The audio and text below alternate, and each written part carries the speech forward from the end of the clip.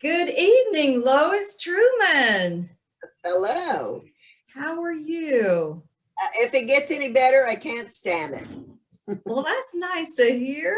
Yes. Thank you so much for joining us on this segment of Conversations with Women during International Women's History Month, as you know. You Well, are one of what they say about that is women who behave rarely make history. So I hope to make history.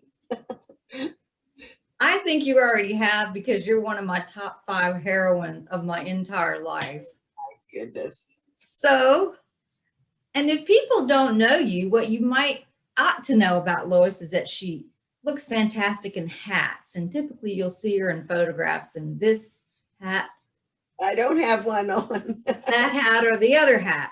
So we're going to talk about some hats that you've worn in your lifetime.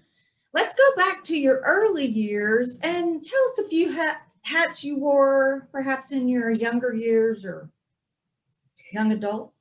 Okay, well, my parents were missionaries, so I lived some of my early years in the Middle East. And there, it's very common for the women to have head coverings or their hair covered. So, but my main reason that I started really wearing hats all the time, and I would have over 100 hats, and a lot of those people gave to me.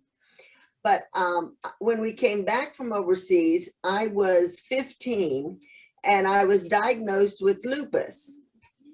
And so we had to just put all kinds of, well, let me just say it this way. In those days, they didn't know very much about lupus. So I was very experimental, and they did injections into my scalp where I was losing hair, which I did eventually lose all my hair, which I've done twice with lupus. And so my mom had gotten me some wigs to wear, and wigs are awful. I don't know if you've ever had. Amen. I can't do them. So I just started going with hats. And when I did, then that was that kind of started it, and people started giving me hats, and I would just wear them, and that would be, finally it became known I was the hat lady. Your So trademark. It was your trademark. yes, it was. And so the crazier the hat, people would see it and say, oh, that's for Lois. Oh, yes, let her wear that hat. And so out of honor and respect for them, out of greatest respect, I would wear some crazy hats. And so there are pictures of me in every kind of hat you could imagine. Ironically, now I'm going to jump ahead and then I'll come back, but this is on this topic. I had an opportunity to go to Dubai and teach in Dubai at a conservative Islamic university. And at that time, in order to be on the staff, I had to wear the abaya, which some people call a burqa, or, the head covering, the hijab. And so I wore that every day to work, to teach in the university and to set up their education program. So that was probably the most ironic hat that I had ever worn to me. But backing up, I had this lupus, and it gave me issues. There were times when I was actually flat in the bed. I could not move. I couldn't stand up. My joints were swelled. I thought I was in the checkout lane maybe 2 or 3 times. It was awful. And kept having experimental drugs, and side effects sometimes were worse than even the lupus. So right. I went through all of that. And then I was we got assigned to upstate New York after we were in Maryland, which is where I met you, lovely lady. And I went to a ladies' conference in New York, and I didn't really know anybody. I knew the pastor's wife there, and that was it. And so I was in this crowd of about 1,000 women, and there was a minister speaking named Lee Stone King, and he was doing his thing, and I was just sitting there, and he stopped and looked out in the section where I was sitting and said, someone in this area needs healing. Well, I thought maybe a bunch of, a crowd of women, probably over half of them think they need healing. I hate to say that facetiously, but anyway, nobody stood up, nobody moved. So he proceeded, and then he said, he stopped again, and he pointed kind of like this right over to where I was sitting and said, someone in this section right here is in need of healing for lupus. Well, I'm no dummy. I stood up, and nobody else stood up. I walked up to the front, and he said, do you want your healing today? And I said, well, I don't know if it's God's plan to heal me or not. And so then he said, well, it is God's plan. He wants to heal you, but you need to accept that. You need to decide if you want your healing. And I said, well, yes, I do want my healing. He said, okay, you cannot be waffling back and forth and thinking you have lupus if you think you're healed. He said, you're going to have to accept absolutely, positively that you are healed, or you need to continue treatment. He said, those are your choices. He said, I'm just offering that to you today. And I just took about 2 seconds and I said, okay, I'll go for the healing. So he just gently laid his hand right on my forehead like that and just prayed a very short prayer and thanked God for my healing. I turned around and went back to my seat. Now I was on high levels of prednisone and all kinds of stuff that you have to graduate up to and don't stop cold turkey.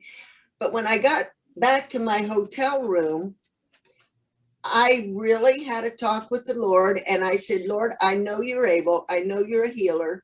And so I'm accepting this as your will. I'm going to stop everything, prednisone and everything, cold turkey. I did not take another one.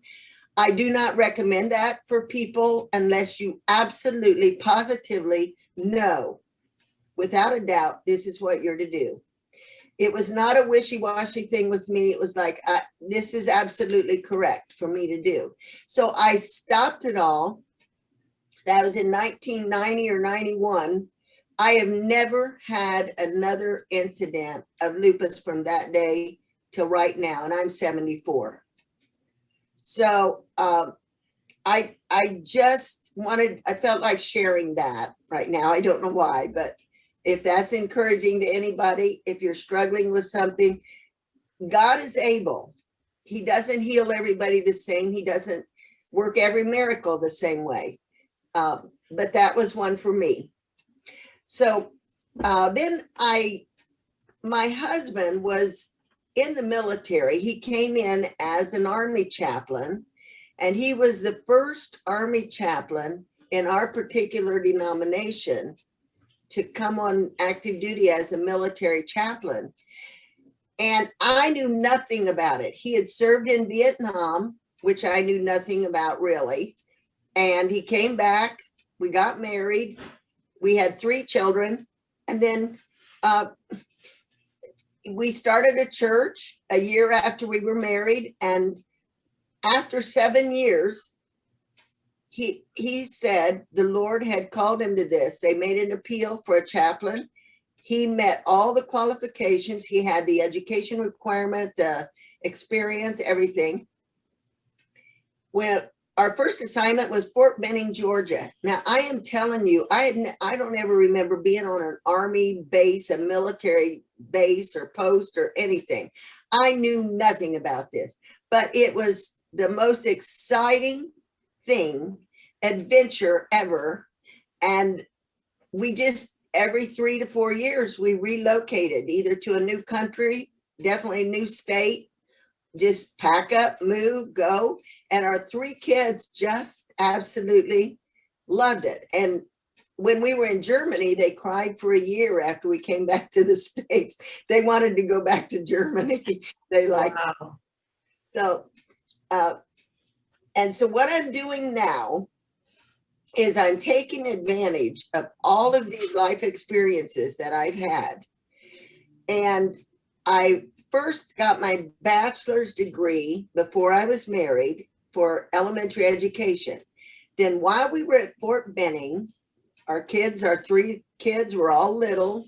My husband was out in the field with the troops a lot. Anybody could have said, this is not the time to do this, but it was the time for me to get my master's in guidance and psych services in education through Georgia State University. And then we went overseas to Germany. That I got a job as a counselor in the Army Education Center because of my degree and experience. And then we came back and were assigned a few other places. And while we were in upstate New York, I decided I needed to get my doctorate. And Gary was gone for 1 year on an unassigned. He went to 800 miles south of Hawaii. So I was home with 2. He's gone a whole year? Yes. Wow. Okay. Unaccompanied tour. Yes. So I was in upstate New York. I was working for the government as a child care program director. And then I decided if I'm going to get my doctorate, I've got to find out. I was equal distance between Cornell and Syracuse University. So I applied to both of them, and I decided whichever one would accept me and let me have the most condensed way that I could do this. Now, I started these postgraduate courses. I took 5 courses the first semester. Oh my God. For my doctorate. It was insane. I was Hold on. Were you in your 50s? at sea. I was born in 46, 56, 66, 76, 86. Yes, I was right at 50. Yes. Wow. Okay. So you jumped in. I jumped in. I started course. I was the oldest one in my classes, by the way. And I started taking these, just maddeningly taking these courses. And I would spend the night a lot of times in Syracuse with a friend, a Korean friend. And then I would call our 2 high school kids back at home and say, guys, I'm not going to be home tonight. No problem, Mom. We've got it. Well, you think about that. Thank God we had good kids, because that could have been disaster. And so, and Jane, our oldest, was teaching in Honolulu, Hawaii at that time. She'd gotten her first job there. And so it was a blur. All I did was just focused on, I just had to keep going. I knew I had to get those courses under my belt before he would get his year up and we would be reassigned to God knows where. So it was nuts. I just did solid coursework all the way through, and got my doctorate in child and family studies. And that was probably it was the most difficult challenge I have ever done in my life. But God helped me do it. So, and it's because of that, because of having that doctorate, that I was able to literally fall into this job in Dubai, which was fantastic. We were there for 2 years, and it was just a remarkable experience to get to go and create the whole program, the whole education program, and then find out they would turn around and hire me to then implement it. I mean, Wow. You don't get that in a lifetime very often. You earned it. You earned it. Yes. So now that I am supposed to be retired, I retired a year ago from teaching, and I am supposed to be retired. I retired a year ago from teaching, and I am supposed to be retired. I retired a year ago from teaching, a year ago from teaching online for 20 years, early childhood courses for Ivy Tech, excuse me, Community College in Indiana. And I volunteer in the schools, in a variety of things. In the community, I volunteer. And then the most rewarding thing that I volunteer is for now teaching immigrants and refugees how to get their citizenship and to learn English to pass that horrific citizenship test that I wish every student in the US would have to pass before they could graduate. But that's been rewarding. And because I speak Arabic, or because I'm familiar with so much with Islam, they give me those students that are from the Middle East or Bosnia. Even though Bosnians don't speak Arabic, they do know they are mostly Muslim. So that's what I've been doing until COVID hit, and then that all kind of is on hold. So I'm just having fun. Like this week, I finished painting our kitchen a new color and doing some caulking around last night, and just having fun. What an inspiration. I need to go back and watch this so I can listen to all you've accomplished. Gracious, I didn't realize all of the pieces until you put them together. Well, in closing, maybe do you have one life lesson that you learned from your dear mother that sticks with you? I'm sure you have many, but what is something that you always think of your mother when? What comes to mind right now when you said that straight off the top of my head is love people. Just love people. I don't care what they look like, what language they speak, what religion or not religion they are. None of that matters. Love that person. And that has been my motto. That's why I've not been afraid. I think anywhere I've ever landed around the world, I have no fear, because I think people's is people's is people's. We all have so much commonality in the human race. And I wish that we all could somehow respect another human being to the degree that we would want to be respected. So that was something very strongly put in me from my mother from an early age. And you put it to the test, and you're a beautiful example of it, you and your family. I'm so honored to know you. Thank you for joining us for this conversation, and maybe we can do a follow-up one sometime soon. Okay, well, I love you, Rhonda, and thank you so much. I feel very honored to be selected to do this. So I love you, and we'll talk to you soon. all righty. Bye-bye. Bye.